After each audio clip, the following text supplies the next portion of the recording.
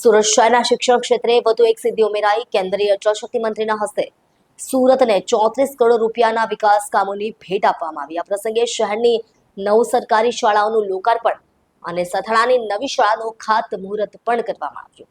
કાર્યક્રમમાં ગુજરાત પ્રદેશ ભાજપ પ્રમુખ અને સાંસદ સી આર પાટીલ ઉપસ્થિત રહ્યા હતા। તેમણે વિપક્ષ પર પ્રહાર કરતા જણાવ્યું કે સુરતમાં 396 જેટલી શાનદાર સ્કૂલ બિલ્ડિંગો કાર્યરત છે, જેને જોઈને વિપક્ષી નેતાઓ પોતાના શીશ મહેલ પણ ભૂલી જશે। સી આર પાટીલે વધુમાં કહ્યું કે દેશભરની મહાનગરપાલિકાઓ દ્વારા ચાલતી શિક્ષણ સમિતિઓમાં સૌથી ઉત્કૃષ્ટ શિક્ષણ સુરત શહેરમાં આપવામાં આવે છે।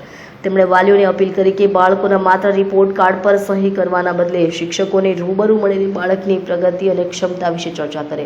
સાથે જ બાળકોને મોબાઈલથી દૂર રાખી રમતગમતના મેદાન તરફ વાળવા પણ જણાવ્યું। સી આર પાટીલે કહ્યું કે ખેલ મહાકુંભ થકી લાખો વિદ્યાર્થીઓને ગોલ્ડ મેડલ મેળવ્યા છે।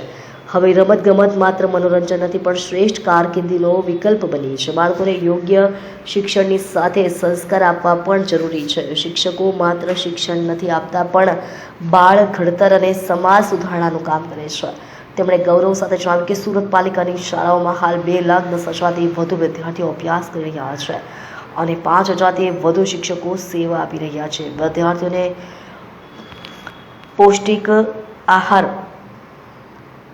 કુપોષિત બાળકો માટે વિશેષ આહાર, 2 જોડી યુનિફોર્મ અને બૂટ મોજા જેવી ઉચ્ચ સુવિધાઓ પણ આપવામાં આવે છે। શિક્ષણના સુધરેલા સ્તરને કારણે હવે વાલીઓ ખાનગી શાળાઓમાંથી બાળકોને પાલિકાની સ્કૂલોમાં પ્રવેશ અપાવી રહ્યા છે।